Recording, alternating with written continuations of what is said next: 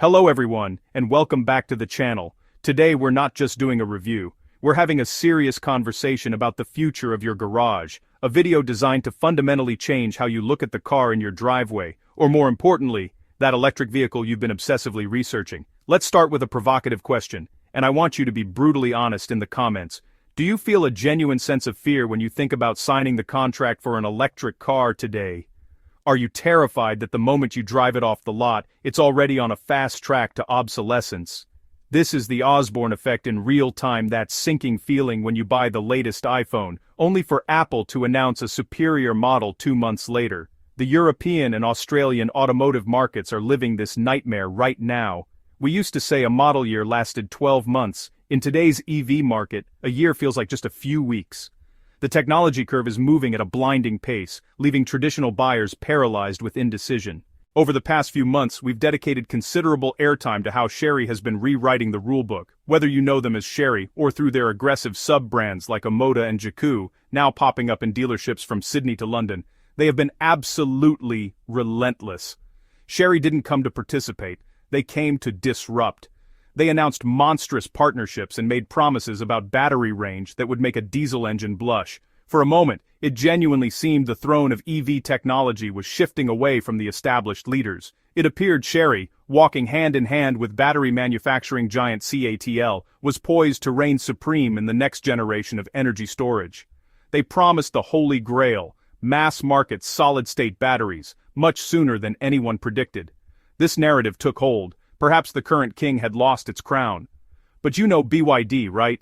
Do you truly believe the automaker that overtook Tesla in global sales, the company born in a lab manufacturing mobile phone batteries in the 90s, long before it ever stamped a single car chassis, would accept second place in this technological arms race?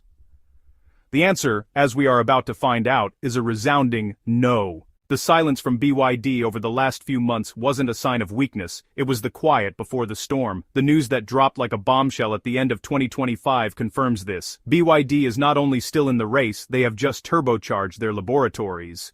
The Shenzhen giant has officially signed a powerful, industrial-scale strategic partnership to develop and, most importantly, mass-produce solid-state batteries. Today, we dissect this war. We'll move past the headlines to understand exactly what their new 60-ampere-hour cell, developed in conjunction with Sunwoda and Zongway, means for you and the global order. And for a while, BYD said nothing. But now, we have the response. BYD is expanding its research through a strategic alliance with Sunwoda and Zongway. You might ask, who is Sunwoda? I see BYD everywhere, but I've never heard of them. Sunwoda is not a startup.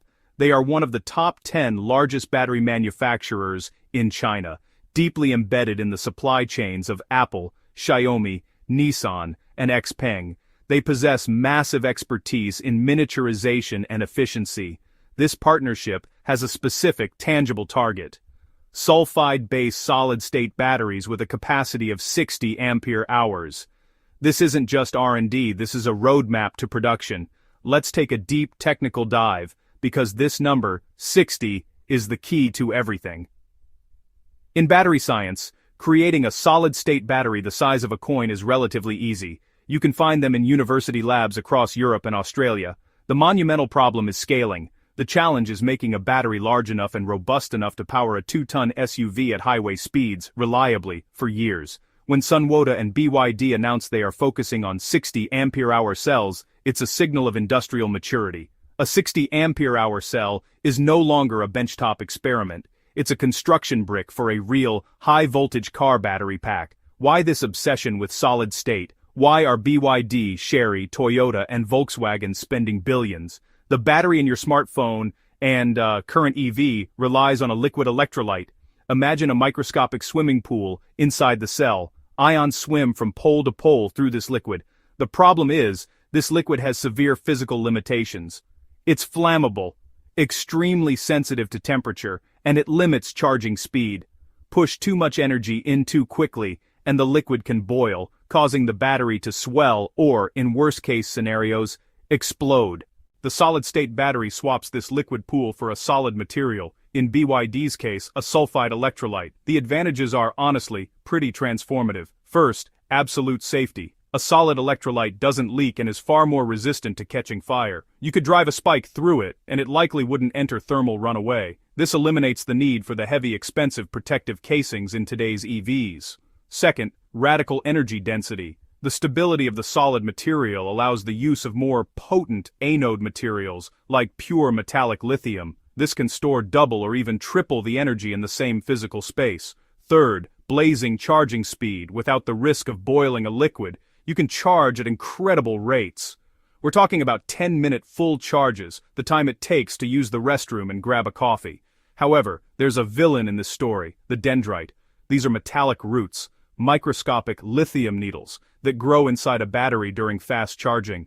In a liquid battery, a dendrite can pierce the separator and cause a short circuit. The supreme challenge for BYD is to create a solid material conductive enough to let energy pass, yet hard and stable enough to block these roots. The news that BYD is investing heavily in the sulfide route is crucial because sulfides offer excellent conductivity, almost like a liquid, but are notoriously difficult to stabilize in air. Moving to 60 amp-hour cells is strong evidence they are solving this stability issue at a viable scale. Furthermore, BYD holds a strategic ACE vertical integration. Chery buys from CATL. BYD makes everything. Remember BYD's CTB, or cell-to-body technology, where the battery pack becomes the structural floor of the car. Now imagine that with a solid-state battery, naturally rigid and stable, fused directly to the vehicle's chassis. The gains in torsional rigidity, safety and weight savings would be profound. We're looking at a future of lighter, safer, and more dynamically capable vehicles because we're no longer hauling around gallons of liquid, electrolyte, and complex cooling systems. So, the million-dollar question. Should you wait?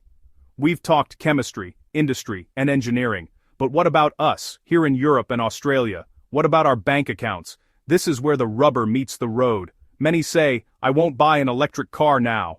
I'll wait for the solid-state revolution. Be very careful with that strategy. When this technology arrives, and it will arrive soon, it will debut in the luxury segment. Solid-state will be the key differentiator for cars costing €100,000 or more. Chery will put it in their flagship SUVs. BYD will debut it in their Yangwang supercar brand or high-end Dynasty sedans. It will likely take 4 or 5 years for this technology to trickle down to the price level of a BYD Dolphin or a standard family hatchback. However, this war has a wonderful side effect for consumers. It makes current technology dramatically cheaper. As BYD and Chery focus their R&D budgets and prestige on solid-state for the top of the pyramid, the production costs for current LFP batteries and upcoming sodium-ion batteries will plummet. This means the standard range affordable EVs will become incredibly accessible. So, the fight between these giants not only creates the supercars of tomorrow, but actively helps popularize the entry-level electric car for the masses today. But make no mistake, BYD is a marathon runner. With this new 60 amp-hour cell and the Sunwoda partnership, BYD is ensuring that when the key turns in the ignition of the solid-state era, they will be ready to produce millions of cars with the new technology, not just a few thousand prototypes for a motor show. Geopolitically, this is huge. China has decisively made solid-state batteries a national strategic priority, with the government injecting heavy capital. BYD and Chery are the spearheads of this project, potentially leaving European and American automakers still grappling with scaling current lithium-ion tech, struggling to catch up in the next generation. I want to know your opinion. Do you think BYD took too long to react? Or is this strategy of a deliberate, secure industrial partnership with Sunwoda smarter than Chery's aggressive, partner-dependent marketing? And more importantly, the big question, would you buy an electric car today? Or are you going to keep your wallet closed and wait for solid-state, knowing it may be years before it's affordable? Leave your detailed thoughts in the comments below. The debate here is always high level and I read everything. If you found